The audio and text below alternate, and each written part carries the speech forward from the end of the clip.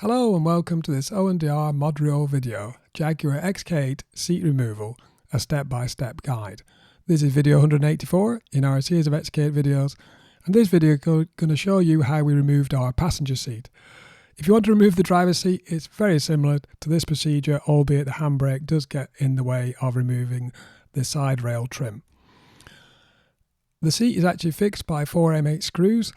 It has an electrical connection underneath, and there's a bit of plastic trim on the side rail there that hides one of the screws. So we'll go through all the details how to address those issues. Just a note before we start, seats with headrests or Recaro branded sports seats do have side airbags included. So before you go anywhere near the electrical connection, make sure you disconnect the battery. Tools then, I used a torque wrench, an extension and a T40 Torx bit. I'm going to split this video into several chapters, so we go into as much detail as possible. We've got the removal of the rear screws, the problem I had with removing my screws and the replacements I suggested, removing the side trim, which is particularly tricky if it's the first time it's been removed, removing the front screws, undoing the electrical connection, and a quick view under the seat to show you the details or the location of the seat modules. Rear screws then. First of all, you need to move the seat forward using the seat control, the front forward, most forward one. Tilt the seat forwards, and then you should be able to see clearly inside the rail the heads of the two rear securing bolts. Using the tools, you can easily remove those, but please note you need to ensure the socket is fully engaged and pressed down when initially breaking the bolt loose. The minute that torque bit slides around, you're going to lose the grip on it and it'll be useless. Hopefully you can remove both screws without any issues. However, I did have problems with my screws. Unfortunately, one of the bolts refused to move. Some of the ones closest to the tunnel are a bit tricky to access, even with an extension. So it's very easy to round off the torque bits inside. In my case, the torque bit's actually completely worn away after I think the third time of removing the seat. So if this happens, I actually used a dot punch and a hammer, and I was able to move the screw, get the screw started. And once loose, the screw was easily to move with what was left of the torque bit inside the bolt. So information then, the seat screws do not run through to the outside of the car. Therefore, underneath the actual the nut, the threads are clean. So once you get that bolt started, it's very easy to unscrew. Unlike the front seat anchor bolt, it's a slightly bigger bolt. It does go through to the outside world, gets covered in road debris and car underseal and whatever. So if you do want to remove the seatbelt anchor bolt, get underneath the car first and clean that thread off. Sorry, a bit off on a tangent there. The seat torque screws then are part number JZS 100041. Currently unavailable. There is a replacement JZS 100154, but it looks a bit gnarly to me. It's all black. I like shiny things. The Torx bolt, as I say, is M8 by 28 long. I actually replaced mine with stainless steel Torx screws of a very slimmer spec, albeit 30 millimeters long. They were available on internet sites. You can get them basically anywhere. I bought mine, for example, on eBay. I bought 10 bolts. Obviously, you need 8 if you're going to replace all of them for £5.47 delivered. Very cheap upgrade. Removing the side trim then. As I say, this is very tricky if you're doing it for the first time, or it's the first time it's ever been off the car. You need to remove the seat trim to access the front screw on that side. The side trim part numbers are there if you're interested. Obviously, they are color coded to the trim of your car. Interestingly, the seat slide trim, which is what that's called, is not the same color as a seat. In my case, my car has a AGD trim. classic AGD trim. It has oatmeal seats, but this bit of trim is not oatmeal. In fact, for the year of my car, there is only actually 4 side trim codes, and none of them are oatmeal. Now, you need to find that the color trim combination chart.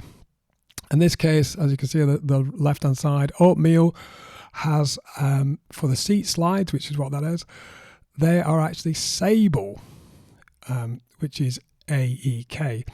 There are, overall, through the whole manufacturing of the XKR, I think there are 9 different color codes for this bit of trim. Interestingly, very late cars do actually have oatmeal ones, which is a real strange thing. But there you go, it's not oatmeal on my year. The side trim itself has several attachment points. You've got a spring clip at the front, a sticky pad sort of front to middle, and a solid trim tab at the back. Now, this is the spring tab at the front. You can see it only holds the side against the side of the metal. As you can see, it sort of clips underneath the seat rail itself. In order to release that, you just need to actually lift the trim up, and you'll feel the spring release, but it doesn't come all the way off because there's a massive sticky pad. Now, if this seat is coming off for the first time, this is the big issue you're going to have to try and address, because it's very difficult to get underneath. You may use a trim tool. You may be able to just lift the front up and it slowly comes apart, or you're able to prise it out. But this is why the trim doesn't come off very easily, is this sticky pad. What you have to do really is lift the end up, releasing that spring clip, and pull it to the side without breaking the trim and actually just defeating that sticky pad foam. At the back, there should actually be a solid trim tab. As you can see on my car, the tab is missing because people get frustrated and rip the whole thing off in the end because of that sticky pad. So the solid trim tab should locate underneath the end of the seat rail. So in order to take it off properly, you need, after you've pulled the side trim up, pulled it to the side to get the sticky pad release, you need to push it rearwards to undo that trim tab. Hopefully doing that, you should be able to just pull it all the way forwards to remove, and hopefully you've done it undamaged. Front screws then.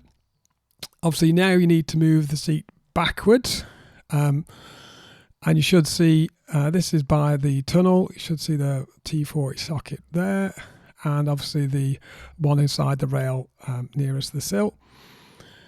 Undoing them is exactly the same.